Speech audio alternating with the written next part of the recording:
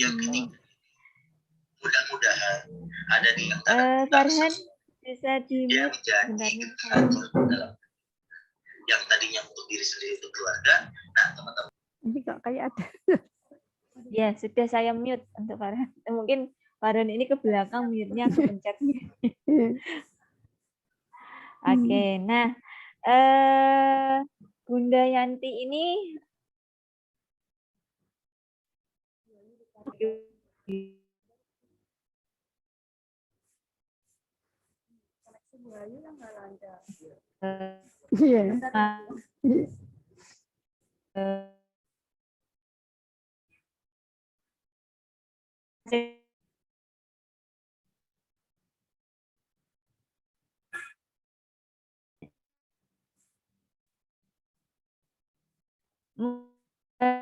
bisa menceritakan bagaimana sejarah pertama kali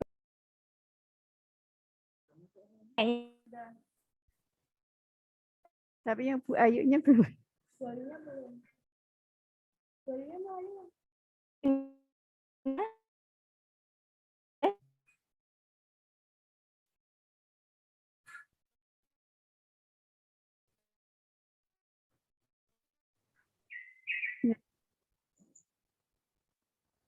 Bunda Yanti dengar suara saya, Bunda? Dengar. Nah, nggih. Kita mulai nggih, Bunda. Nggih. Nggih. Nah, ini tentang batik dulu, Bunda. Gimana sih Bunda awalnya itu bisa mengenalkan batik di Jepara gitu, Bunda, sehingga Nalendra Galeri ini memang sebagai salah satu-satunya mungkin ya, Bunda, satu-satunya galeri batik yang mungkin sudah disahkan oleh di mana saja begitu yang ada di Jepara gitu. Begini ya Ibu Ayu, sebenarnya Jepara itu batiknya sudah ada sejak zaman masanya Ratu Kalinyamat. Tapi waktu Ratu Kalinyamat itu saya tidak berani mengungkap karena tidak ada bukti sejarahnya. Dan waktu itu memang saya pernah dengar cerita Ratu Kalinyamat pernah ngasih seserahan kepada Joko Tingkir yang berupa kain batik. Waktu itu namanya bukan batik Ibu, tapi kaliaga. Nah setelah itu saya menengok ke biografi tentang Raden Ajeng Kartini. Setelah saya membaca buku dari buku biografi Kartini itu, ternyata di situ ada R.A. Kartini sedang membatik bersama Kardina sama Rokmini. Nah dari situ setelah saya baca buku biografi Kartini dari Ibu Siti Sumandari, ternyata beliau pernah diundang ke Belanda waktu pameran karya perempuan pertama di Belanda. Nah, saat itu beliau pameran di Den Haag dan mendapat penghargaan oleh Ratu Belanda dengan karya-karya batiknya itu. Nah, kami menganggap dari situlah Kartini itu sebagai duta batik pertama di Indonesia. Nah, setelah saya membaca buku tersebut, akhirnya terketuk hati untuk gimana Jepara ini supaya batiknya kembali berkibar. Terus akhirnya saya datang ke museum yang ada di Jepara. Saya mencari langkah jejak tentang batik Jepara. Ternyata di Museum Jepara saya tidak mendapatkan satupun peninggalan yang terkait dengan batik. Nah, dari situ akhirnya saya berupaya untuk menggali terus di mana saya harus mendapatkan keberadaan tentang batik yang masanya era Kartini itu tersebut. Nah, dari museum ke museum saya datangi, ternyata memang saya tidak mendapatkan. Di Indonesia itu ada peninggalan R.A. Kartini di Museum Nasional. Itu ada sehelai kain batik yang dibuat oleh R.A. Kartini langsung yang bermotif bunga anyelir. Mungkin waktu itu masih ada pengaruh dengan Belanda ya Ibu ya. Terus dari situlah akhirnya saya berpikir saya tanya ke ibu mertua saya, karena ibu mertua saya dulu waktu ayahnya R.A. Kartini menjabat sebagai bupati, Eyang itu menjadi wedana. Jadi ibu mertua Eyang itu sering membatik bersama R.A. Kartini di Pendopo. Lantas saya tanya, apakah batik-batik Eyang itu masih ada disimpan atau sudah dijual? Saya gitu. Terus ibu mertua cerita kalau batik-batik yang dibuat Eyang itu memang tidak diperjualbelikan, tapi memang diberikan ke putra-putrinya. Dan saat itu pun dari R.A. Kartini sendiri itu tidak sekedar memberikan gimana proses membuat batik kayak apa, tapi beliau juga memberikan tips gimana cara merawat batik itu supaya bisa bertahan. Nah, dari situlah akhirnya saya melihat karya-karya Eyang yang sudah diberikan kepada ibu mertua saya. Saya lihat satu persatu, ternyata corak-coraknya itu masih mengacu ke Mataram. Jadi saya berpikir kalau saya mengangkat batik Jepara kembali seperti di masanya R.A. Kartini, mungkin sulit untuk dikenali karena hampir sama dengan Solo, Jogja, dan yang lain. Terus akhirnya saya berupaya untuk menggali apa yang ada di Jepara yang memang sudah istilahnya sudah folklore, sudah terkenal ya Bu Ayu. Terus saya berpikir, gimana kalau saya menerapkan ragam hias ukir Jepara itu sebagai motif dari kain batik Jepara. Terus saya konsultasi dengan para pakar-pakar batik yang memang tahu tentang batik. Saya konsultasi ke beliau-beliau itu, akhirnya beliau-beliau mengamini apa yang saya upayakan itu. Nah, saat itu saya memang disupport penuh dari Ibu Larasati Suwantoro, beliau putri dari Bupati Jepara, Bapak Suyoto Sastrowardoyo waktu itu, dan beliau lenggah di Yogyakarta sebagai Ketua Paguyuban Batik Sekar Jagad. Nah, dari situlah akhirnya saya mulai belajar untuk mengetahui tentang teknik-teknik gimana cara membuat batik sampai menguasai membuat kain dari yang putih bisa menjadi sebuah lukisan batik. Itu mungkin sekilas dari dibalik adanya batik Jepara ini, Bu. Lalu untuk galerinya sendiri bagaimana Bunda? Setelah Bunda berkeliling ke museum-museum, lalu bertemu dengan tokoh-tokoh yang lain yang memang khasnya sudah memang ilmunya batiknya, lalu memang kemampuan dari beliau-beliau ini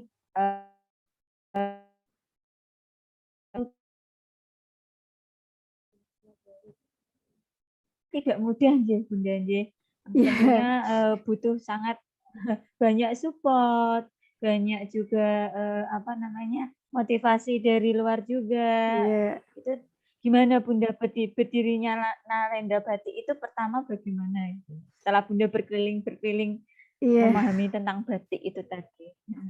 Ya, sebelumnya saya gini Bu, sebelum saya bisa membatik, memang saya belum, waktu itu kan sekitar tahun 2004-2005, itu memang saya berkutat tentang proses. Karena saya beranggapan saya tidak bisa memunculkan suatu produk kalau saya tidak tahu prosesnya. Jadi saya harus tahu detail proses dari sehelai kain batik itu. Makanya saya belajar untuk memahami proses-proses yang memang harus dilalui dari sehelai kain batik tersebut. Setelah itu saya tahun sekitar 2008 itu mengadakan, waktu itu saya antara tahun 2004-2005 itu kan saya berproses ya Bu. Terus sekitar tahun 2006-2007 itu saya mulai terinspirasi untuk membuat galeri di rumah sendiri. supaya galeri ini bisa menginspirasi anak muda bisa melek batik. Jadi ini itu suatu tempat yang memang anak-anak muda mau belajar di sini, mau mengerti, mau mempertahankan budaya, ya kamu bisa di sini, seperti itu maksud saya. Terus akhirnya pada tahun 2008 saya disupport langsung sama Ibu Larasati Suliantoro untuk segera bikin pagelaran. Dan waktu itu saya matur ke Ibu, Ibu, insya Allah kalau memang saya mampu, saya akan berupaya untuk bikin pagelaran batik. Nah, waktu itu juga dari Paguyuban Batik yang diketuai langsung oleh cucunya Ki Hajar Dewantoro, Ibu Dewi Tunjung, itu beliau juga mensupport kami.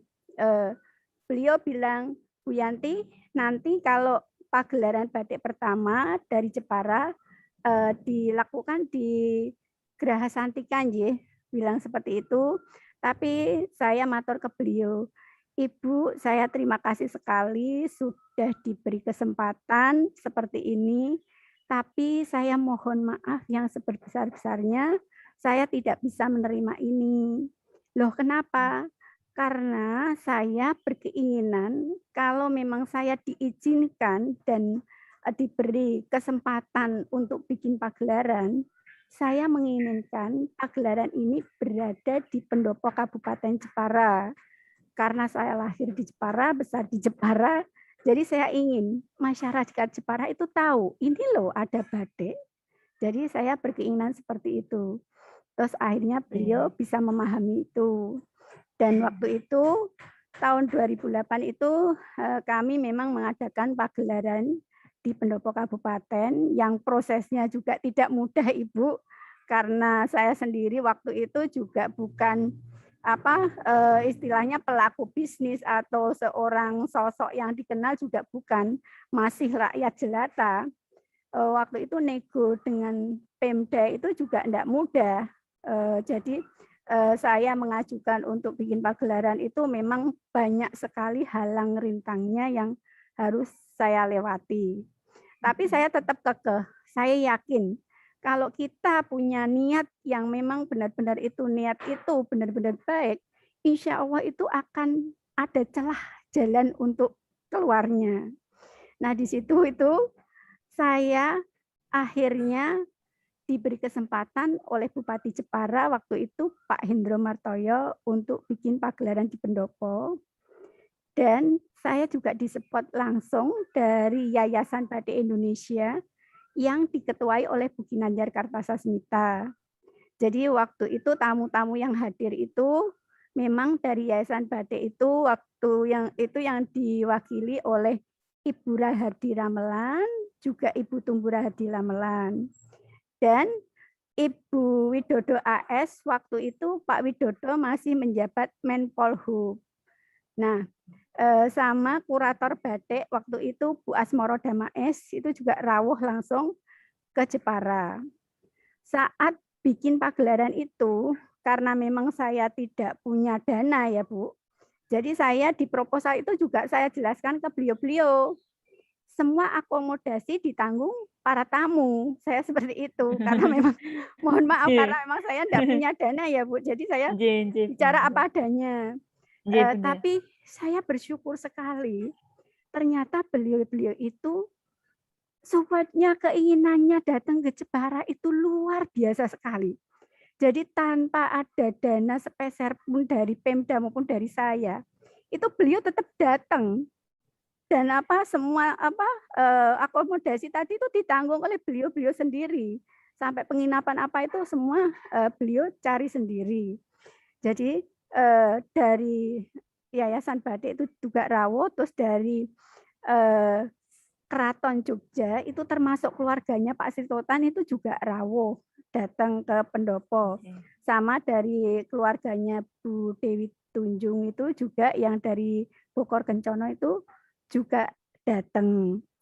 Nah, di situ itu pas saya bikin pagelaran itu bertepatan dengan Hari Ibu dan Kebangkitan Nasional yang ke-100. Terus Saya juga menyediakan peralatan waktu itu Bu, saya kerjasama dengan anak SMK 2 untuk peralatan itu untuk ibu-ibu membatik. Saya sediakan peralatan 100. Waktu itu saya juga sudah banyak yang negur ya, kok sampai 100 orang, mana mungkin bisa gitu, wong baru pertama gitu kan. Tapi saya waktu itu tuh punya keyakinan, kalau kita memang usaha kita itu memang benar-benar niatan yang tulus dan mengangkat budaya daerah, insya Allah kita ada celah jalan. Nah di situ ternyata alhamdulillah dari keluarga Karaton itu juga ikut membatik, itu satu base Bu, ikut membatik. Terus dari tokoh-tokoh seperti dokter, insinyur itu mau melakukan langsung mencoret canting di selai kain. Itu yang membuat saya seolah-olah saya itu tidak percaya ini tuh benar apa enggak. Saya sampai seperti itu. Dan saya itulah saya merasa baru terlahir waktu itu. Karena saya merasa kok ini ternyata benar ya. Apa benar apa enggak sampai saya seperti itu. Akhirnya dari beliau-beliau ini sangat respect terhadap kain-kain yang saya buat itu tadi, dan mereka itu sangat mensupport kami, dan mereka itu sangat mengagumi dari motif-motif ragam hias ukir Jepara. Ibu mohon maaf saya tak minum sebentar. Nggih, monggo Bunda, Maaf, monggo, ya, Bu. monggo Bunda. Maaf. Nggih, monggo Bunda, enggak apa-apa. Kita santai Bunda. Ini ngobrol-ngobrol santai Bunda. Sebentar. Nggih. Mohon maaf ya teman-teman semua, ini saya minum dulu.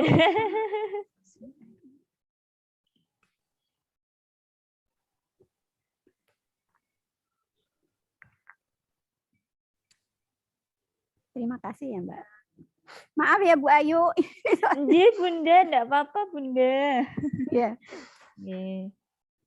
Nah, itulah sekilas tadi tentang pagelaran gitu. Ya, tentang pagelaran yang saya laksanakan di Pendopo Kabupaten. Waktu itu juga masyarakat Jepara juga pada hadir Ibu, karena saya ingin masyarakat Jepara juga tahu ini loh ada batik Jepara, supaya mereka itu juga mengerti. Jadi kalau saya di tempat lain, otomatis orang Jepara kan tidak akan mengerti, tidak akan menikmati. Iya, betul.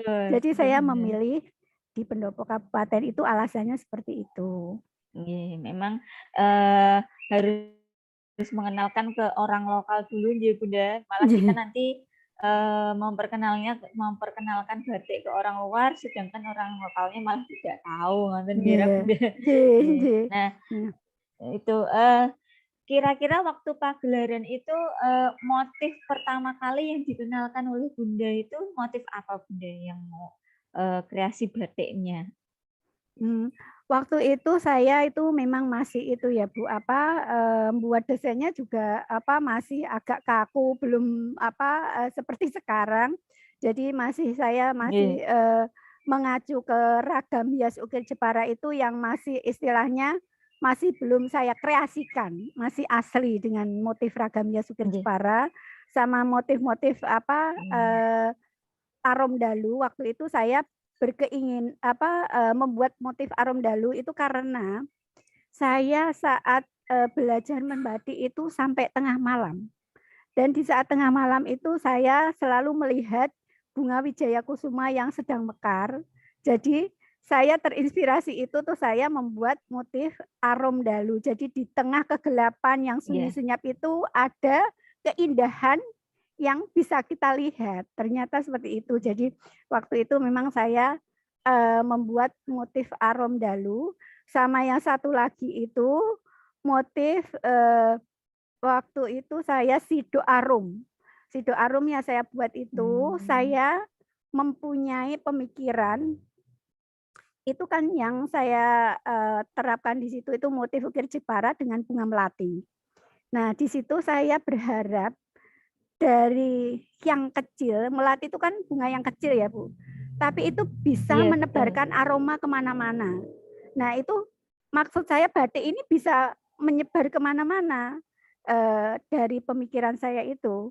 Nah itulah motif-motif yang memang saya buat saat itu, dan yang membuat inspirasi saya untuk lebih berkembang itu ya dari situ itu, Bu. Iya, luar biasa sekali ya Bunda memang, dari apa namanya, kita melihat alam sekitar deh Bunda, jadi Iya, memadukan alam sekitar, bagaimana kita bisa mencurahkan ide tersebut. Nah, untuk Bunda iya. sendiri ini tercurah di motif batik. Nah, motif Mhm. batik yang pertama tadi Arum Sari nggih Arom Bunda? dalu, arom Oh, dalu. Arum Dalu. Nah, itu kayaknya jadi salah satu yang menjadi seragam Unisnu pertama kali kayaknya Bunda, saya pernah lihat itu. Kalau Motifnya yang arom kayak dalu bunga heeh, arom dalu itu nggih? gini, Bu, itu memang saya buat tapi emang enggak saya keluarkan. Oh Jadi itu begitu. memang heeh, untuk koleksi Oke, sama yang, motif itu tadi, apa, Sido Arum, itu sampai sekarang oh masih. Jadi itu memang, masih. kita pertahankan untuk karena itu waktu membuat yang pertama-tama jadi ndak Nggih kita nggih keluarkan. nggih Soalnya nggih. sudah ada satu motif Nggih, yang saya buat, waktu itu memang ndak mau saya jual karena memang itu pertama kali ya, Bu. Itu tapi sama kolektor saya nggih. tetap dibeli sama beliau karena beliau itu ingin sekali beli itu. Oh, Jadi ngotot. Saya kadang tuh gimana ya, itu banyak sekali motif yang sebenarnya ndak saya jual terus akhirnya dikoleksi sama kolektor itu, mereka maksa, nggih, pokoknya saya beli, nanti kamu kan nggih. bisa buat lagi. Padahal membuat selai kain itu kan tidak mudah ya, Bu, harus ada Tidak mudah, pemikiran-pemikiran. betul Bunda. Iya, prosesnya itu cukup Nggih, panjang. Bunda. Nah, disitulah. Nggih, nah, nggih. Dan, untuk yang sekarang ini motif yang paling, tenar di Jepara dari batiknya itu motif apa, Bunda? Yang dari Nalendra? Kalau dari Nalendra sendiri itu variatif, Bu. Jadi tidak ada Nggih. satu yang kita populerkan, tapi saya pingin desain-desain itu sangat inspiratif, tidak apa stuck di tempat. Jadi ada proses perjalanan. Jadi misalnya tahun 2015 kita memang memfolklorkan untuk motif-motif seperti ini. Nanti 2016 seperti ini. Jadi ada step by step-nya untuk segala macam motif. Jadi enggak tuh satu itu yang kita dengungkan terus-menerus itu enggak.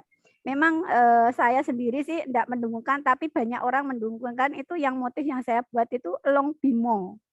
Nah itu Longbimo, ya itu nggih. kemarin juga dibuat dari mahasiswi dari Jogja, itu juga kemarin membuat skripsi tentang Elong Bimo itu. Padahal saya sih sebenarnya enggak harus itu yang harus diperkenalkan. Itu memang banyak yang dikenal oleh masyarakat. Oh, begitu. Nggih, Bunda. Jadi itu di samping-samping Bunda itu ada contoh ini ya, Bunda, Iya, ini yang di ada samping kiri karya-karya, Bunda itu ada kain ini motif yang ragam hias ukir Jepara. Terus nggih. ini itu sebuah inspirasi dari relief yang ada di Desa Senenan, Ibu. Jadi di Oh, Desa nggih. Senenan itu ada relief yang berbentuk daun-daun lunglungan ini sama bunga dengan binatang flora fauna. Tapi Oh, kenapa di nggih. sini saya lebih condong memilih ayam? Ini tuh Nggih, ada ayam, Bu ya. Eh, nggih. ayam karena saya berpikiran ayam itu kalau orang Jawa bilang itu eh, kokok ayam itu menandakan kita kalau mau bangun pagi yang pertama itu yang menjemput rezeki yang pertama.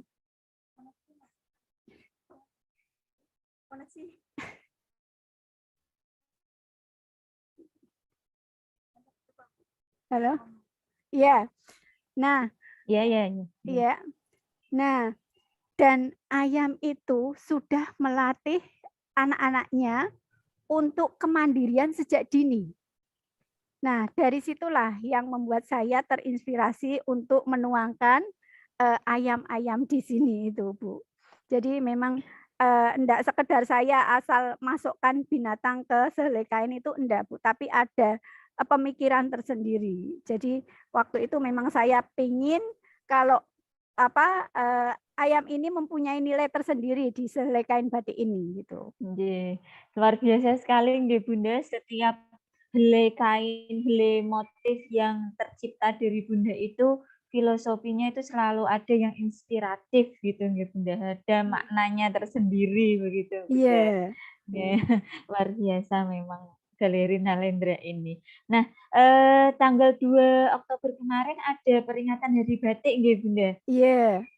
Nah, Iya. dari Nalendra sendiri itu ada pagelaran atau acara apa Bunda yang kemarin tanggal 2?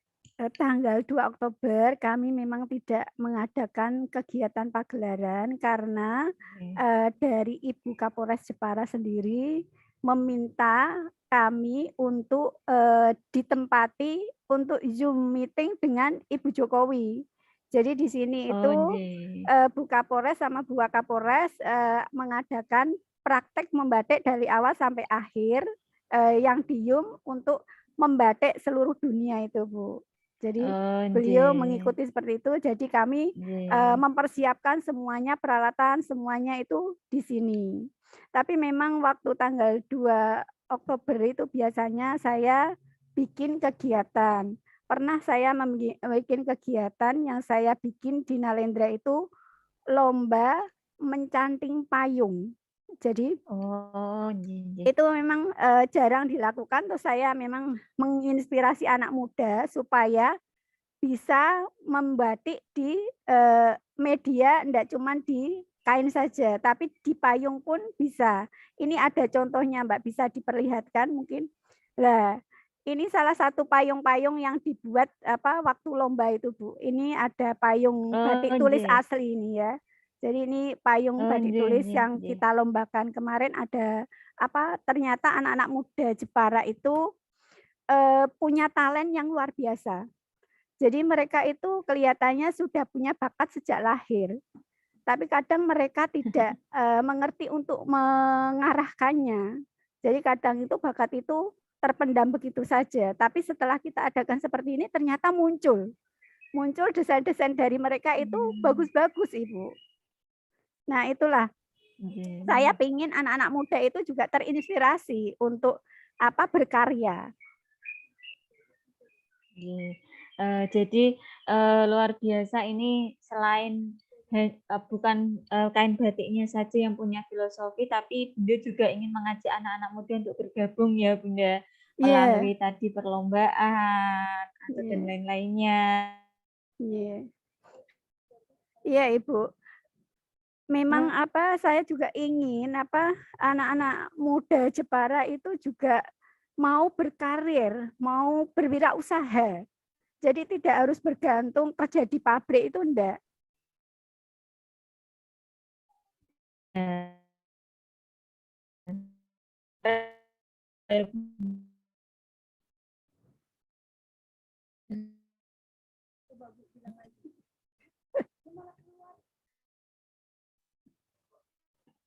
Iya, Bunda?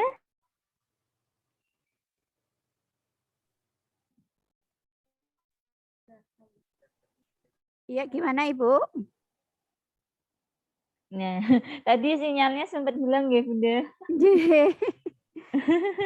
Iya. Nggih, nah, ini teman-teman ini kita mendapat kesempatan luar biasa ya, bisa ngobrol dengan Bunda Yanti, karena ternyata Bunda Yanti juga, sudah terkenal dari mana saja gitu. Seharusnya teman-teman itu bisa bertemu langsung dengan Bunda Yanti, tapi karena memang belum diizinkan ke Jepara, jadi, kita bertemunya secara daring. Nanti kalau teman-teman sudah ke Jepara mungkin kita bisa jalan-jalan ke galeri nggih, Bunda. Nggih, monggo. Karena ini masih menunggu surat izin dari Satgas Covid-nya, Bunda, supaya Oh, bisa nggih. ke Jepara gitu, nggih. Lanjut nggih, Bunda. Nggih. Nggih. Untuk selama ini Galeri Nalendra itu sudah dapat kunjungan dari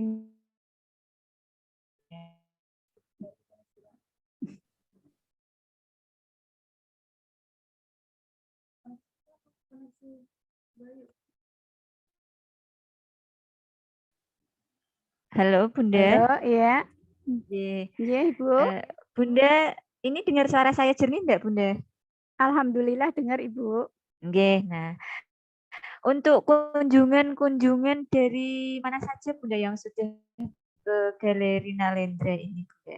Kalau kunjungan-kunjungan sih, banyak ya, Bu. Itu kemarin juga ada kunjungan dari, 32 dubes dari Asia maupun Eropa. Terus kalau dari sekolah-sekolah itu, dari mahasiswa itu, mahasiswa IKJ Jakarta itu juga pernah ke sini workshop, dari ISI Jogja. Terus ini nanti tanggal 22 ada mau kunjungan dari mahasiswa Malang, Universitas Malang. Itu mau kunjungan ke sini untuk workshop juga. Nggih. Nah, untuk apa, kunjungan-kunjungan tersebut itu, saya berharap dengan adanya kunjungan tersebut itu anak-anak muda Jepara itu bisa terbuka matanya tentang apa, batik ya, Bu. Jadi saya pengen mereka itu tidak sekedar hanya memakai batik, tapi dia mengerti makna batik yang sebenarnya itu apa. Jadi kita harus mempertahankan untuk, supaya ini bisa apa, bertahan karena kita sudah diberi kepercayaan oleh UNESCO. Jadi siapa lagi kalau bukan kita yang mempertahankan. Saya selalu memberikan motivasi ke anak muda seperti itu. Nggih, nggih, Bunda, betul. Memang ini salah satu wadah juga memajukan kreasi mereka gitu, Bunda, Iya, dengan membatik tersebut. iya. Nah, untuk menurut Bunda ini perkembangan batik di Jepara saat ini, Bunda, kalau memang yang hasil karya dari Bunda sendiri pun sudah terkenal dari kemana saja begitu. Kalau khususnya di Jepara sendiri itu yang dikenal itu perkembang batiknya itu seperti apa, Bunda? Menurut Bunda? Untuk sampai saat ini itu memang di Jepara kita masih ini ya, apa, eee, memfokuskan batik Jepara ini, yang dikenal itu karena motifnya, menggunakan ragam hias ukir Jepara. Karena ukir itu kan sudah terkenal lebih dulu, jadi Iya, batiknya ikon. itu juga dikenal karena desainnya itu tadi, yang beda dari daerah-daerah lain, karena kita punya ciri khas daerah tersebut dengan menggunakan ragam hias ukir Jepara. Jadi, kita Nggih. juga udah bersyukur kemarin juga dari Pemkab sudah mulai menghimbau untuk PNS untuk mengenakan batik Jepara walaupun belum keseluruhan ya, Bu. Mudah-mudahan tahun ini Nggih. atau tahun depan itu seluruh PNS wajib menggunakan batik Jepara. Itu harapan dari kami juga Eh, itu, Bunda. supaya apa, Nggih, nggih, masyarakat nggih. juga terinspirasi, "Oh, PNS-nya juga pakai, kenapa kita tidak pakai?" Gitu. Nggih, nggih, betul, Bunda. Lalu proses pembuatannya itu kemarin kan waktu saya jalan-jalan ke galeri Bunda, itu saya lihat itu memang, canting itu asli ya, Bunda. Prosesnya itu Iya, benar-benar digambar langsung di kain. Selain iya. itu ada proses lain enggak, Bunda? Iya, kalau memang untuk kita, yang kita buat itu memang melalui acuan dari UNESCO. Yang namanya batik itu memang menggunakan, rintang malam panas. Jadi perintang warna itu menggunakan malam panas. Jadi menggunakan canting ada 2, itu canting tulis sama canting cap. Jadi yang di sini itu yang kita pergunakan memang acuan dari UNESCO tersebut. Oh, nggih, berarti memang asli, benar-benar asli batik yang dicanting tulis itu nggih, Iya, Bunda? tulis sama cap. Nggih, nggih. Nah, untuk paguyuban ada tidak, Bunda, di Jepara paguyuban batik? Iya, alhamdulillah Ibu, setelah saya mengangkat batik Jepara itu, saya berusaha menggandeng teman-teman, dari guru-guru yang memang sudah mengetahui apa, tentang proses membatik sama teman-teman apa, ibu-ibu yang memang berminat mau membatik itu, saya ajak gabung di sebuah paguyuban Biyung Pralodo. Hmm, nggih. Apa, visi misi dari paguyuban tersebut apa, Bunda? Visi misinya yaitu memang paguyuban ini untuk mempertahankan, budaya lokal terutamanya batik itu dan, ke depannya batik ini bisa mendunia. Oh, nggih, berarti memang, ini diketuai oleh Bunda nggih? Alhamdulillah, nggih Ibu. Nggih, nggih Bunda. Oke. Nah, untuk, ibu-ibu atau bagaimana Bunda? Gimana Ibu? Kurang begitu jelas. Untuk nggih, untuk anggota paguyuban tersebut itu terdiri dari ibu-ibu saja ataukah anak muda ataukah semua kalangan Bunda? Untuk paguyuban ini kita masih mengacu ke ibu-ibu. Jadi belum ada sebagian ibu-ibu, ada sebagian anak muda. Tapi saya berharap nanti ke depannya itu anak-anak muda bisa gabung di paguyuban. Oh begitu, nggih. Berarti untuk sementara ini memang difokuskan ke ibu-ibu terlebih dahulu. Nanti selanjutnya harapan Bunda agar anak-anak muda juga bisa ikut bergabung di paguyuban batik ini. Nah, kemarin waktu saya jalan-jalan ke galeri Bunda itu, saya lihat banyak sekali koleksi tentang R.A. Kartini, Bunda. Oh iya. Ini kan sempat dijelaskan di Bunda di awal bahwa Bunda juga terinspirasi dari R.A. Kartini untuk mengembangkan batik. Nah, bagi Bunda ini perjuangan R.A. Kartini untuk mengenalkan batik itu bagaimana Bunda?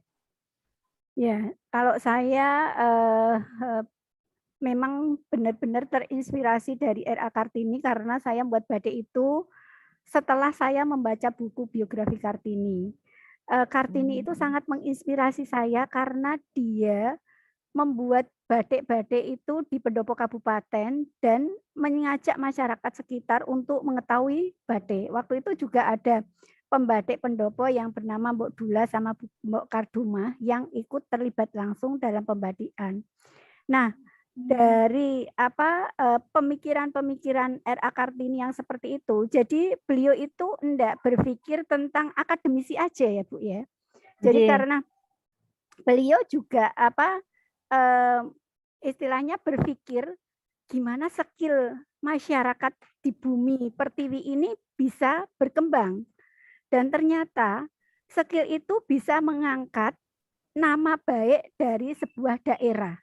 Jadi skill-skill itu yang dimiliki oleh masyarakat Jepara itu ternyata bisa membawa nama besar dari Jepara sendiri. Contohnya dari ukir Jepara itu kan memang sudah mendunia. Itu yang membuat saya terinspirasi untuk membuat batik yang dulu memang R.A. Kartini juga memberikan pembelajaran tentang batik.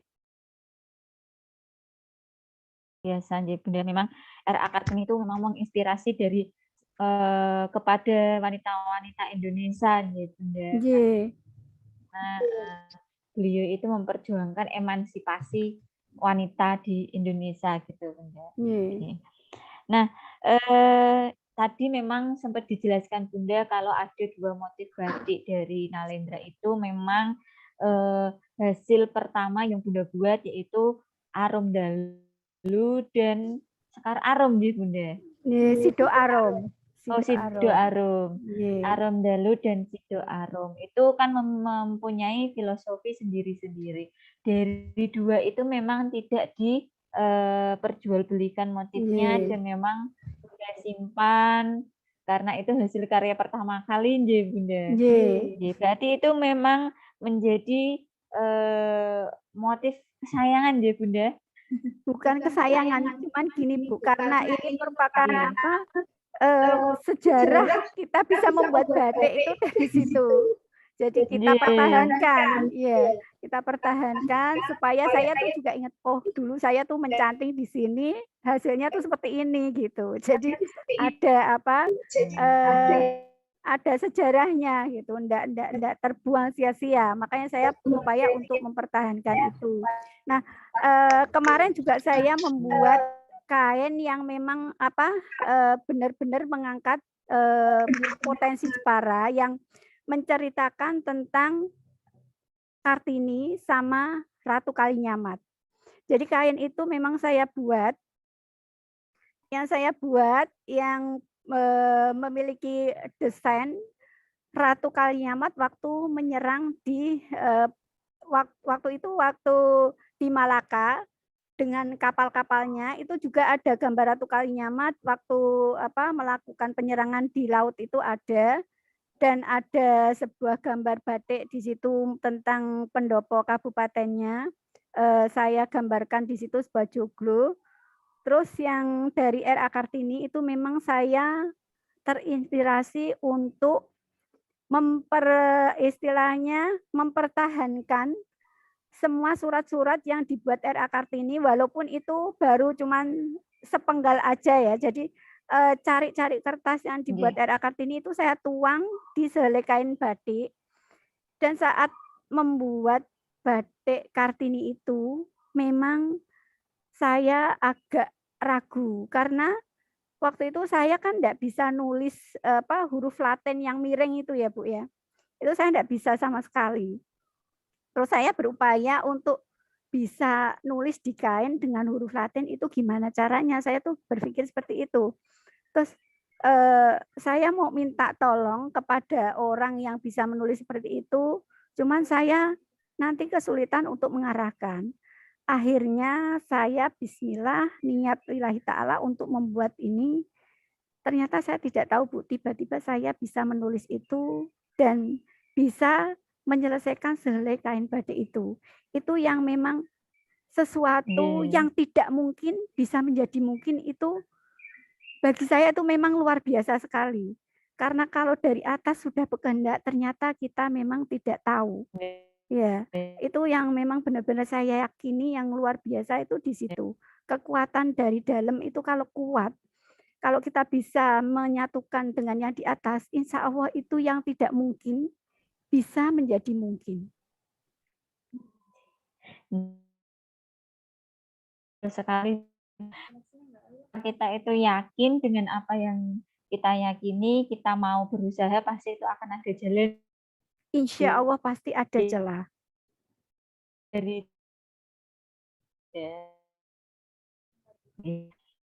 untuk kedepannya ini ada enggak apa dari galeri Bunda? Gimana Ibu? Untuk kedepannya Bunda, untuk kedepannya Nalendra ini akan mengadakan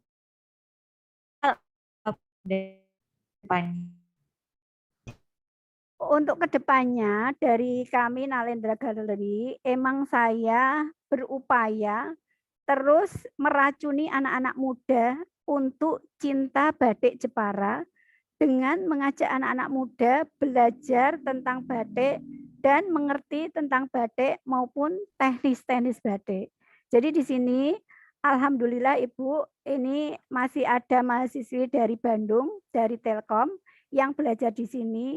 Dan dulu juga pernah ada mahasiswi dari Jepang yang belajar di sini sekitar 2 minggu. Jadi saya berupaya untuk anak-anak muda ini mau membatik. Jadi mereka itu menjadi istilahnya penerus saya nantinya. Kalau saya sudah tidak ada itu, ini loh, kamu itu nanti yang akan berjuang. Jadi kamu tidak boleh cuman mengenal sekilas aja, tapi ketahui sampai ke dalam-dalamnya. Saya mengajak mereka seperti itu. Jadi di Nalendra itu selalu menginspirasi anak muda untuk mau berjuang, mau berusaha supaya mereka itu mengerti yang sebenarnya. Bunda. Nah ini terakhir ini Bunda, kira-kira beri motivasi pesan-pesan ke teman-teman dari Bunda untuk teman-teman ini apa Bunda? Bunda. Ya, saya harap teman-teman yang ada di sini semuanya, kalian jangan pernah patah semangat bila kalian punya keinginan yang harus kalian capai. Karena sebuah karya itu tidak akan berhasil begitu saja tanpa sebuah proses yang dijalani, halang rintang yang dilewati. Jadi kalian harus tetap sabar, jujur, ikhlas, tekun, dan terus berdoa. Insya Allah apa yang kalian kehendaki, insya Allah pasti ada celah. Walaupun kalian terjatuh, tersungkur, itu sebuah ujian. Kalau kalian tidak melalui itu, mungkin tidak akan bisa mencapai hasil yang maksimal. Itu harapan Bunda. Jadi kalian anak-anak muda harus terus berjuang, harus semangat, walaupun kondisi pandemi. Bunda juga tidak menyerah. Bunda tetap bertahan dengan batiknya. Ternyata di waktu PPKM itu Ibu Ayu, yang memang kita tidak bisa menerima tamu yang banyak. Ternyata di saat PPKM, karena saya ingin batik ini terus berkembang dan mempunyai inovasi-inovasi yang baru, akhirnya di saat PPKM itu malah omset penjualan saya yang paling tertinggi itu di pas PPKM. Malah gitu. sebelumnya enggak. Nah, itu tuh ada salah satu kain saya yang memang enggak saya jual, yang dipaksa harus dibeli oleh kolektor saya dengan harga berapa, pokoknya saya beli. Nah, disitulah kalau kita memang punya niat dari hati yang tulus, kita punya semangat yang benar-benar kita enggak pantang menyerah, walaupun kita itu tadinya terjatuh, tersungkur, bahkan dihina sana-sini, jangan menyerah, terus berusaha. Karena seorang yang sukses itu pasti banyak yang tidak suka. Tapi kita jangan mengambil masukan-masukan seperti itu. Kita tapi kita tetap berkarya, tetap berusaha, dan tetap semangat. Saya yakin pasti ada celah untuk kedepannya. Itu mungkin masukan untuk anak-anak muda yang ada di sini maupun yang ada di di luar Zoom ini. Bunda. Wah, terima kasih sekali Bunda. Ini memang sangat menginspirasi teman-teman di sini. Memang luar biasa sekali. Apa yang Bunda sampaikan pagi hari ini itu untuk saya sendiri, Bunda, untuk saya sendiri, walaupun saya sudah tidak tergolong anak muda, Bunda. Saya masih muda ya. Sudah ibu-ibu, tapi sebenarnya saya ingin sekali gabung dengan paguyuban Bunda gitu. Cuman rumah saya monggo jauh, kalau Bunda, Ibu dari Jepara. berkehendak mau bergabung dengan paguyuban, monggo. Saya malah Bunda, berterima kasih sekali kalau misalnya Ibu mau praktek untuk membatik di sini, monggo. Kami sangat terbuka untuk siapapun, untuk belajar membatik.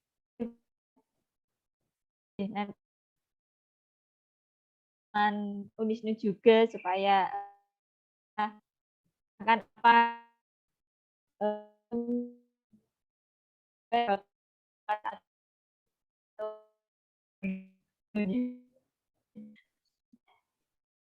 nah,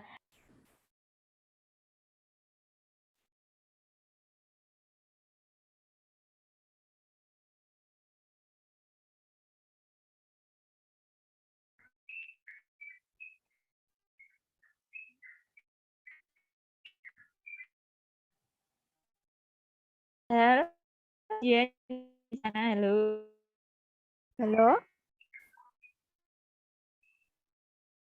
Ya, ini kalau tanya jawab sebentar aja Bunda, sekitar 2 menit. Monggo, Nah, nih teman-teman, ada yang ditanyakan, silahkan kalau ke Bunda.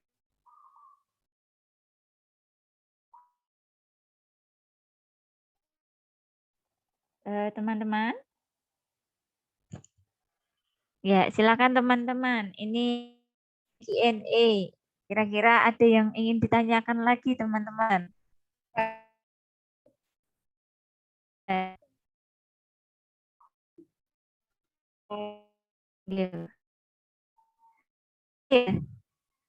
Ya, Miss.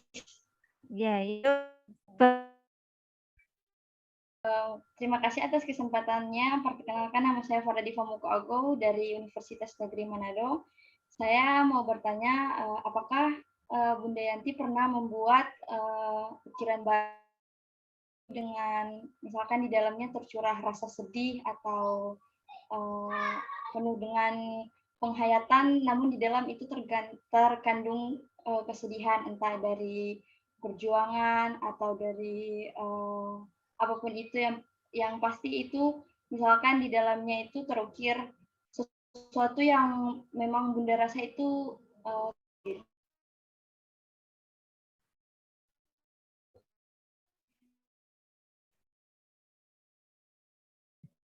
Dia Iya. Halo?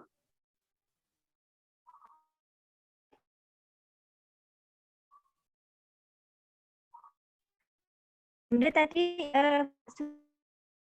suaranya Iya. jelas enggak, Bunda? Kalau yang tadi jelas. Udah jelas saya. Ya. Oke, nah ini tadi ada teman kami namanya Mbak Farah Diva ingin menanyakan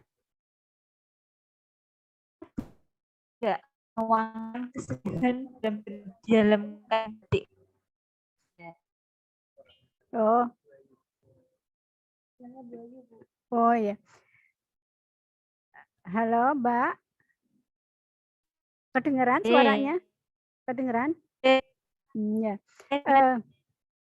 Bunda memang pernah membuat sehelai kain batik yang itu ceritanya tadinya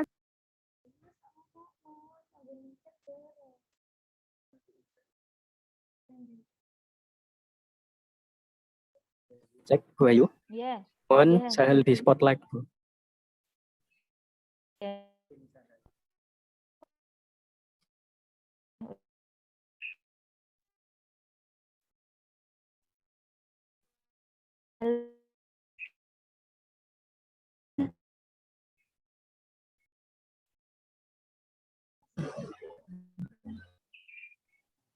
Nah, ini sudah kepin lagi.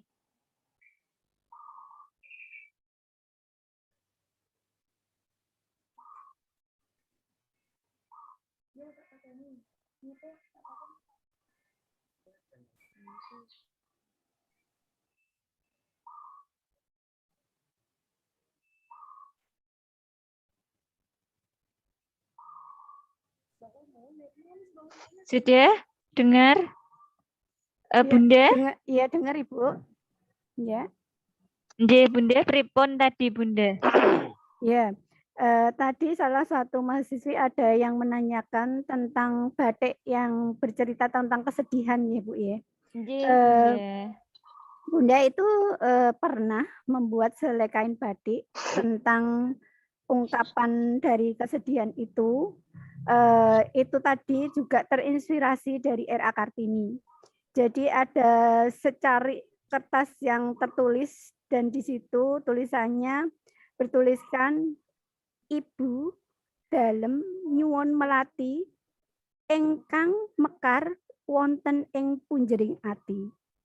Nah, buat saya itu sebuah kata-kata yang sangat dalam maknanya dan akhirnya saya berupaya untuk menggoreskan canting ke sehelai kain dengan apa yang diungkapkan R.A. Kartini tersebut.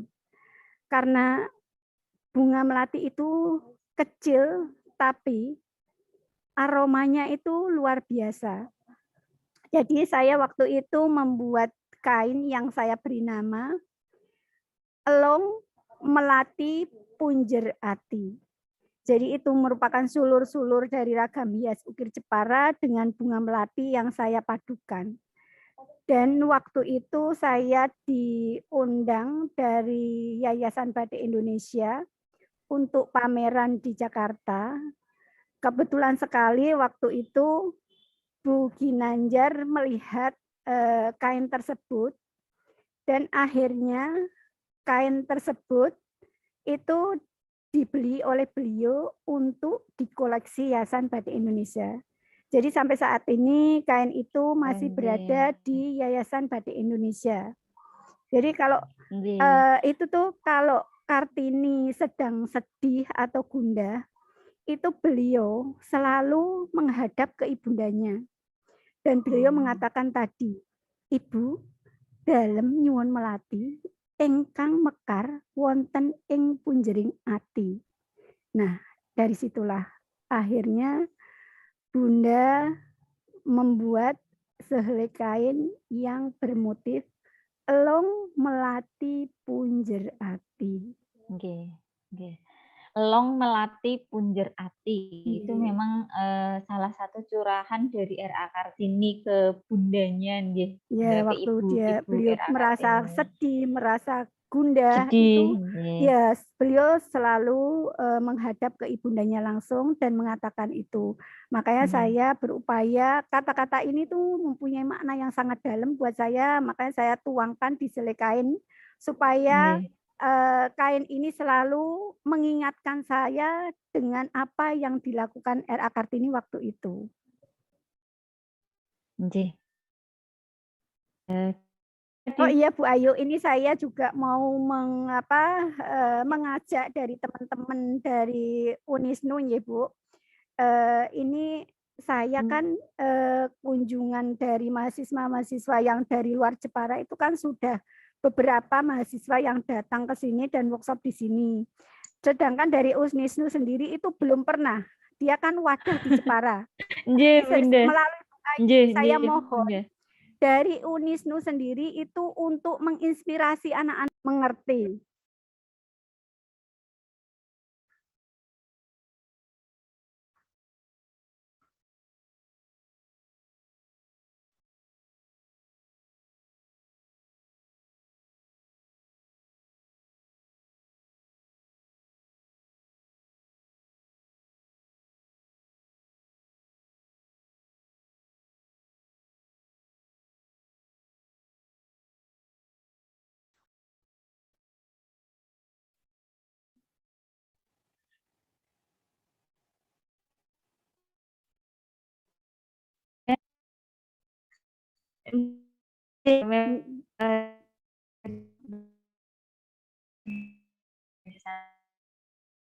Kami di Unisdi Putus-putus Ibu. PS Bunda. Halo. Halo, nggih. Kami usaha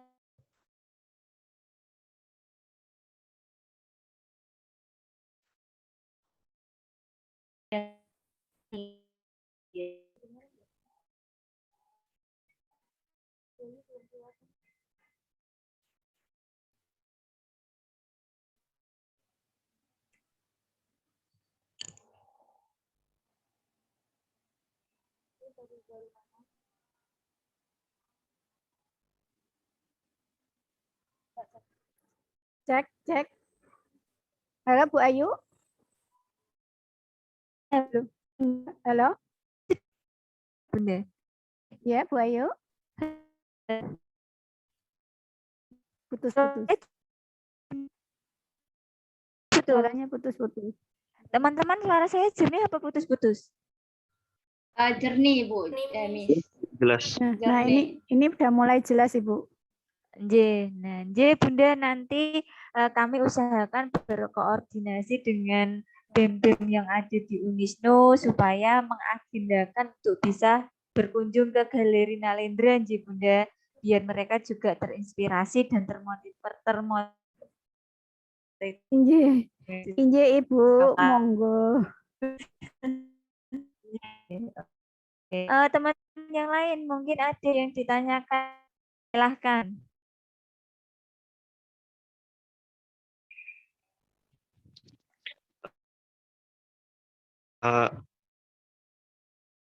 Iya, Haryadi ya. Silahkan Haryadi. Ini pertanyaan Kedengaran tapi agak putus-putus. mana?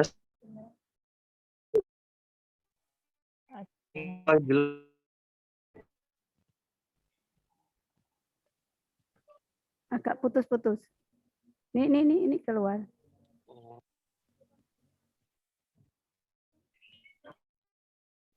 Lihat dari tantangan yang Ibu hadapi ketika ingin mengangkat batik khas dari Jepara. Nah, mungkin moto yang Ibu pegang selama ingin memperjuangkan batik Jepara itu apa gitu. Jadi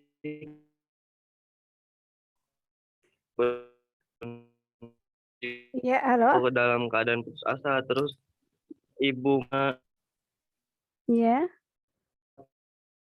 membuat semangat Jepang. Itu sih pertanyaan dari saya sebagai contoh saya sebagai mahasiswa juga gitu. Oke. Jadi kalau saya menghadapi sesuatu itu biar ada motivasi juga kayak itu, Bu. Oke. iya, Mungkin itu sih Iya, pertanyaan saya. iya. Monggo. iya. Terima kasih ya Mas ya. Ini sebuah pertanyaan yang bagus.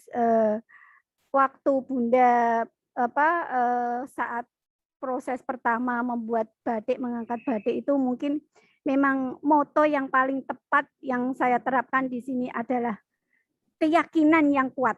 Jadi kami harus yakin dan semangat untuk terus berupaya. Jadi walaupun itu ada halang rintang yang memang benar-benar sangat menyakitkan, sangat menyedihkan, kita tetap bertahan. Insya Allah dengan semangat dan keyakinan yang kuat itu tadi, kita tidak akan tergoyahkan oleh apapun dan kita akan tetap bisa untuk berdiri tegak dan berupaya untuk mengangkat sebuah karya. Nah, begitu Haryati ya. Jadi apapun yang terjadi itu tetap harus semangat, berdiri tegak, dan tetap berkarya. Begitu ya, Bunda? Iya. Ya, nah gitu.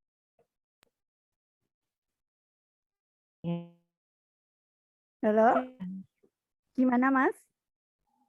Nggih, sampun. Yuk, yang lain siapa? Saya Miss. Oke, Maria. Hmm, Silakan Maria. Suara saya terdengar, Miss? Agak putus-putus Maria.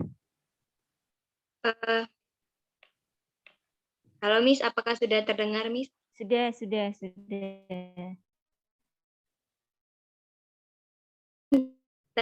Itu batik Jepara.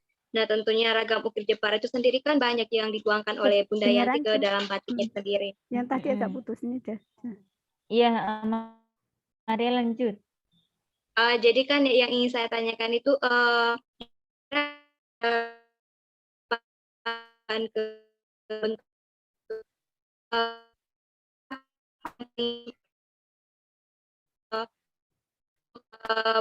lamanya pembuatan dari batik itu sendiri membutuhkan berapa waktu lama, lalu bahan-bahan atau alat yang digunakan itu apakah dari bahan alami atau ada campur? Oke. Monggo Bun. Oh ya. Suaranya jelas nih. Tadi agak putus-putus Ibu. Mungkin yang dimaksud dia dari proses pembatikan itu butuh waktu berapa lama, sama bahan-bahan yang dibutuhkan itu ada bahan alami atau bahan kimia. Mungkin seperti itu ya Mbak ya. Halo? Ya. Maria. Iya Bunda. Mbak Maria, iya.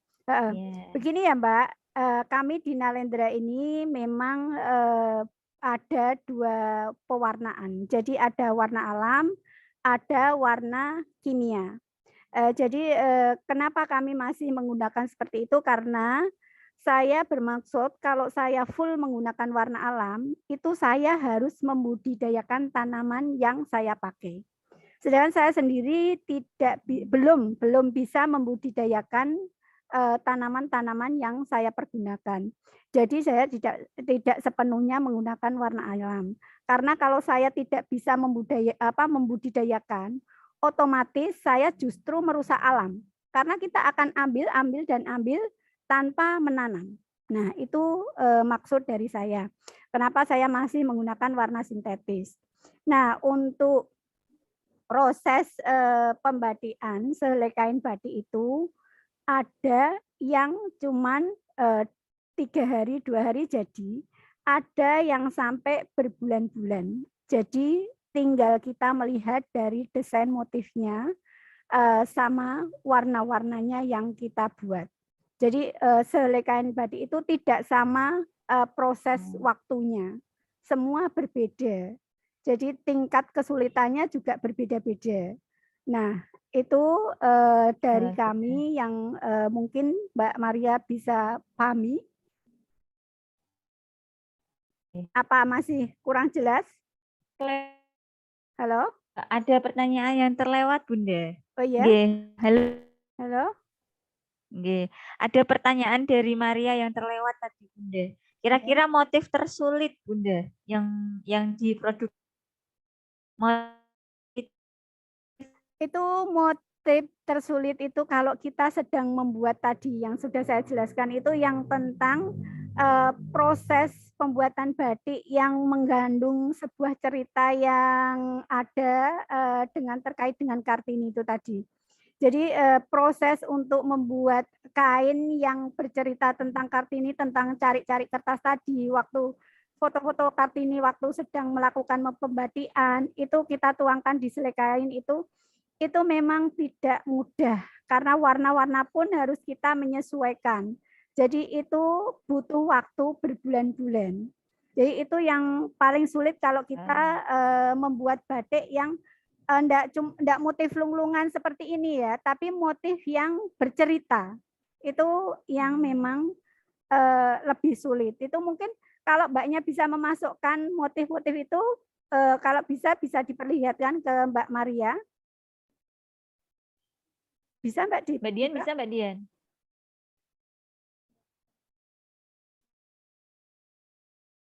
Yang apa? Tadi saya kirim Mbak, yang Ratu Kalinyamat sama R.A. Kartini.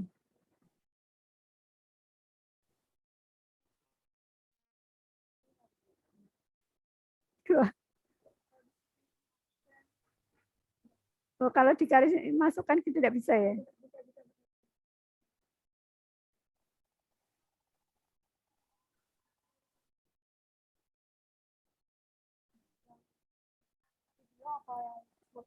Yang foto tadi enggak apa-apa, nak video nanti susah ya. Yang foto-foto itu tadi bisa, foto yang Ratu Kalinyamat sama Kartini. Saya kalau video takutnya keberatan, dia enggak kelihatan.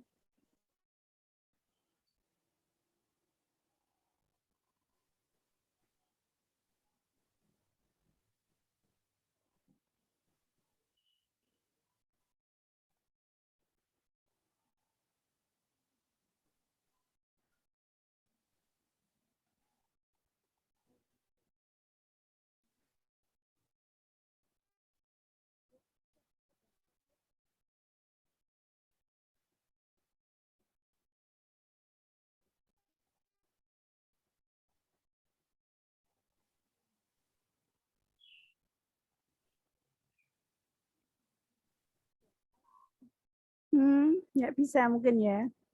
Nggak bisa Mbak Dian. Iya, nggak bisa.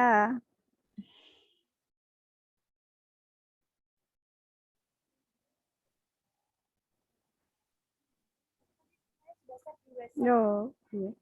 Mungkin dikasih tahu. Oh, tadi sudah di-share sama Mbak Dian. Lah ini. Nah, ini motif batik yang prosesnya sangat sulit. Itu ada gambaran di situ itu apa motif batik dengan apa tulisan dari cari-cari kertas yang dibuat R.A. Kartini. Itu memang pembuatan yang paling sulit itu di tulisan. Jadi di tulisan ini itu memang butuh waktu yang cukup lama karena dari warna maupun karena kalau kita batik itu goresannya kan bukan warna hitam ya, warnanya putih, tapi ini harus hitam.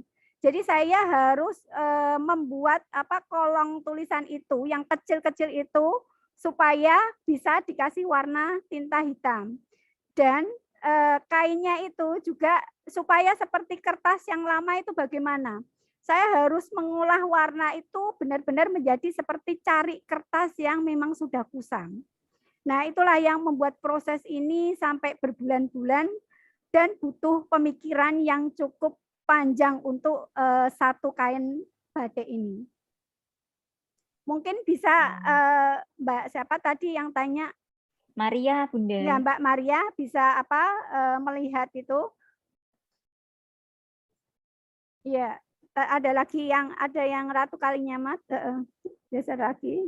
Nah, ini proses perjalanan Ratu Kalinyamat ini juga membuat perahu-perahu ini juga tidak mudah karena warna-warnanya juga kita seperti seorang melukis. Tapi di batik itu beda dengan melukis ya Ibu Ayu. Ini kan Nggih, apa? Bunda. Kalau membatik itu kita sekali goles warna, kalau salah ya salah, enggak bisa dihapus. Tapi kalau melukis itu kan bisa ditimpa dengan warna lain. Jadi itu bedanya di situ. Makanya kalau membatik itu harus benar-benar konsentrasi, hati-hati, teliti, sabar. Nah, itu kunci utama orang membatik, harus bisa menguasai itu. Kalau tidak bisa menguasai itu, berarti hasil karya batiknya pasti tidak akan bisa sesuai dengan apa yang kita inginkan. Makanya kalau kita sedang membatik itu, kita sama aja dengan terapi. Jadi mengolah rasa pikiran itu menyatu. Itu sama aja dengan kita terapi. Nah, inilah proses yang memang begitu sulit, seperti membuat pendoponya itu juga kan ukir yang kecil-kecil. Waktu itu Bunda gambarnya aja udah sulit, apalagi dicanting juga kan itu sangat sulit sekali. Dan proses pewarnaannya itu juga kan gradasi semua ya Bu, warna-warna yang tidak lazim di batik itu saya tuangkan di situ, harus bisa gimana caranya. Nah, ini yang memang benar-benar sulit itu di situ. Gimana Mbak Dian? Halo Mbak Dian, dengar? Mbak Maria, Maria, Bunda. Mbak Maria. Nggih. Gimana Mbak Maria? Ya Bunda, dengar. Ya, Dengar Bunda. gimana? Sudah mengerti? Nggih, Bunda, sudah jelas, Bunda. Nggih, nggih. Nggih. Untuk teman-teman yang Oke. lain Ini masih ada pertanyaan? pasukan dari Ratu Kalinyamat. Itu kan perahunya berwujud perahu-perahu jung waktu zaman dulu yang kita buat, namanya tuh jung. Nah, ini Ratu Kalinyamat. Ini Ratu Kalinyamat, Mbak. Jadi beliau itu pernah melawan Portugis di Malaka itu sampai 2 kali. Dia pantang menyerah. Sekalipun dia kalah, tapi dia tetap semangat untuk terus melawan Portugis. Jadi kita anak-anak muda harus bisa untuk bersemangat untuk berkarya, ya. Jangan sampai patah semangat karena kalian belum bisa menguasai.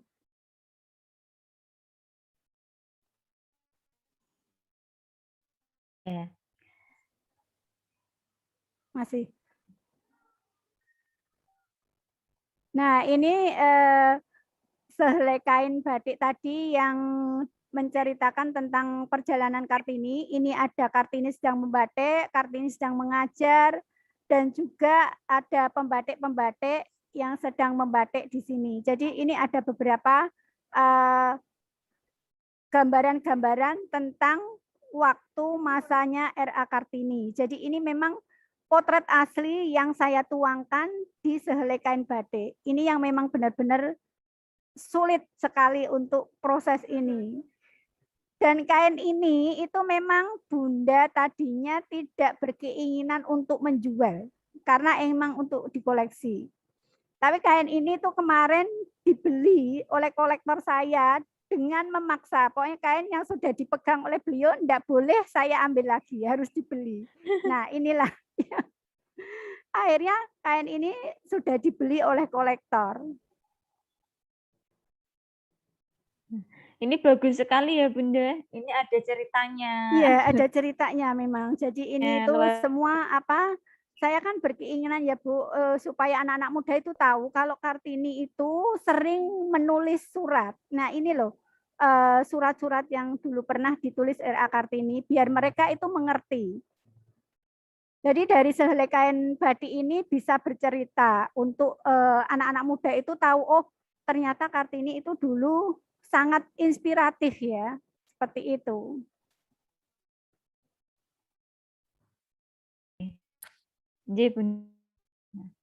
Yang lainnya teman-teman? Ada lagi yang mau ditanyakan? Masih adakah? Kedengaran? Sepertinya cukup ya teman-teman, cukup jelas ya.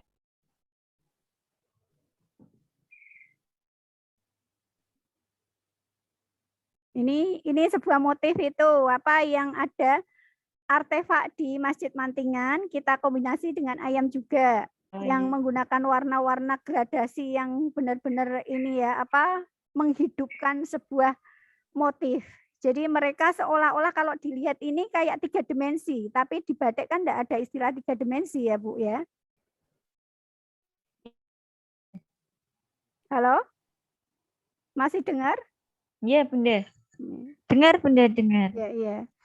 Nah, ini tuh inspirasi dari ragam hias yang ada di Mantingan. Jadi di sana tuh banyak artefak yang ditempel di Masjid Mantingan. Nah, ini salah satunya. Ini bagus sekali nih, Bunda. Oke. Masih ada Mbak Dian?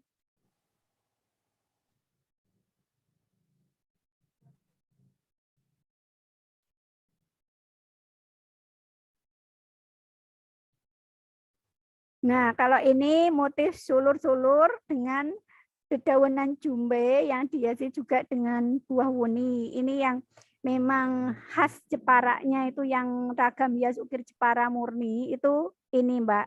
Jadi Bunda itu terinspirasi dari ragam hias ukir Jepara Nanti karena mungkin itu juga diyakini yang membuat motif itu R.A. Kartini.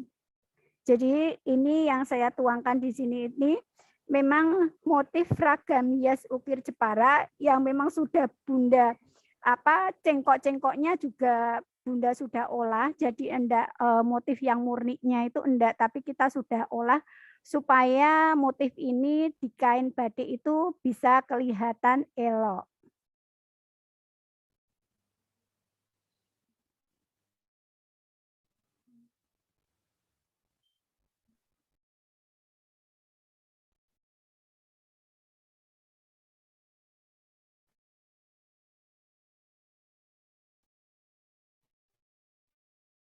Di sana masih ngomong nggak, Bu?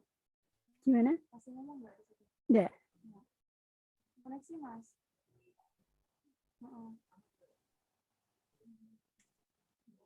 Oke, teman-teman masih ada pertanyaan tidak? Ini dengar. Dengar. Yang ini dengar. Iya. Siapa? Video ini dengar. Oke, teman-teman Dengar. masih ada pertanyaan? Oke. Teman-teman masih adakah yang mau ditanyakan ke Bunda? Silakan kalau mau yang ada ditanyakan. Sudah jelas sepertinya Bunda, teman-teman sudah jelas. Mungkin Mbak Dian bisa nge-close videonya dulu itu Bunda. Video yang ditampilkan Mbak Dian bisa di-close dulu.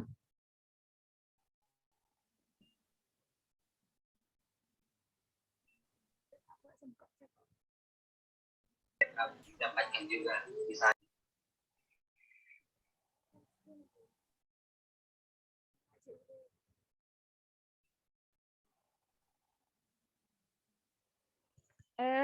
Bunda mohon maaf Mbak Dian bisa close Dian disuruh videonya itu terlebih meng-close dahulu. itu. Apa? Video.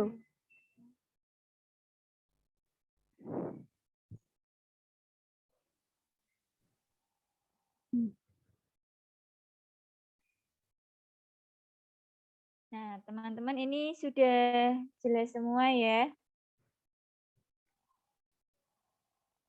Sudah tidak ada yang ditanyakan ya. Jadi hari ini kita sudah bincang-bincang dengan Bunda Yanti dari Galeri Batik Nalendra. Semoga teman-teman juga terinspirasi, termotivasi dari perjuangan beliau bagaimana bisa mengenalkan batik Jepara ke dunia luar begitu. Nah, apa yang beliau sampaikan ini memang sungguh-sungguh sangat bermanfaat bagi kita, sangat bermakna bagi kita agar kita sebagai generasi muda tetap bisa berkarya, berdiri tegak walaupun dalam keadaan apapun itu. Jadi ya teman-teman, sekali lagi kita ucapkan terima kasih ke Bunda Yanti teman-teman. Terima kasih Bunda. Terima kasih Bunda. Terima kasih, Bunda. Sukses buat kalian semua. Assalamualaikum. Terima Assalamualaikum. kasih Bunda. Terima kasih. Assalamualaikum Bunda. Waalaikumsalam Selamat warahmatullahi beristirahat. wabarakatuh. Nah, oke. Untuk ini di screen dulu ya semuanya.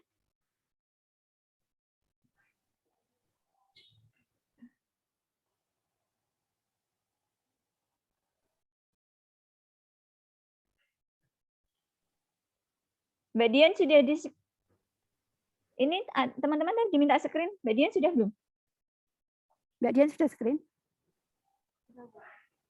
Sudah Bu Ayu. Oh, nggih. Sampun Bunda bisa istirahat. Yeay Bu. Nggih. Ini sudah saya lepas. Nggih, Bunda. Dari Bu Ayu gimana? Gimana? Dari Bu Ayu gimana? Iya, katanya Bu Ayu udah. Iya. Sudah diminta Mbak Dian nyekerin.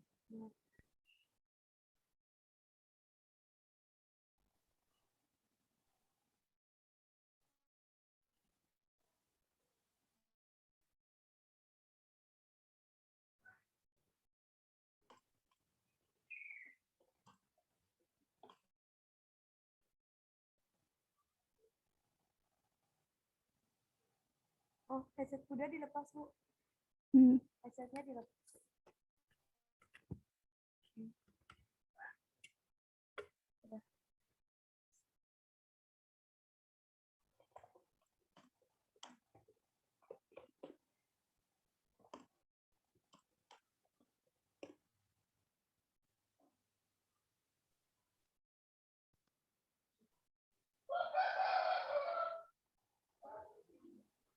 Iya, ini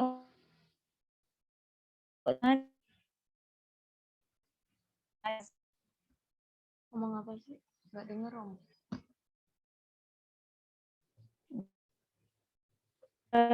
Hari ini cukup kelas inspirasi untuk hari ini. Jadi tadi kalian ada yang bertanya kok belum bisa presensi ya? Presensinya emang bisa gitu ya. Nah, untuk yang minggu depan kita karena minggu depan itu ada hari kuliner, kemungkinan minggu depan itu hari kulinernya saya hanya share tentang video kuliner saja ya, jadi tidak ada kemungkinan tidak ada Zoom. Nanti kita diskusinya atau mungkin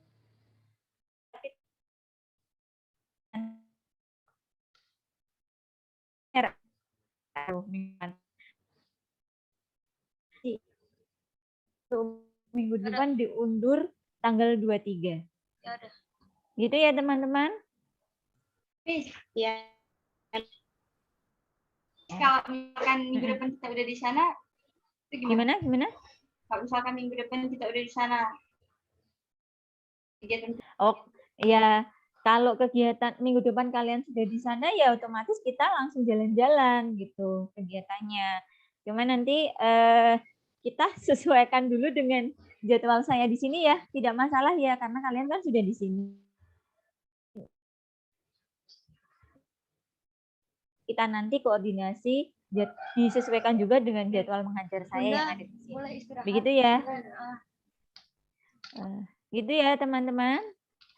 Jangan lupa untuk Sebentar Bu, nanti saya mau ketemu Ibu lagi. baru setelah itu kalian bisa presensi karena untuk yang inspirasi ini saya settingannya present by assignment. Oh iya, nggak apa-apa Bu. Gitu. Saya bersyukur udah Gitu mau ya. jadi mana sumber jenengan Bu. Soalnya saya cuma tidak terbiasa, Mbak. Biasanya anak-anak tuh kalau kegiatan juga Ya. di sini, makanya ada apa ya, berapa mereka tuh ngerti ini loh. Jelas, Bu. Oke, jelas. Sudah ketemu minggu depan di lanjut kebinekaan 3 berarti ya. Di kebinekaan 3 yaitu temanya tentang hari kuliner yang khas-khas kuliner di Jepara. Itu. Oke, saya akhiri untuk hari ini. Terima kasih. Sampai jumpa minggu depan. Bye-bye. Terima kasih. Thank you. Thank you. Tadi sudah di screenshot ya? Sudah ada yang screenshot belum? Halo Pak Munir. Ini ada Pak Munir. Saya memang nggak pernah apa, kalau dia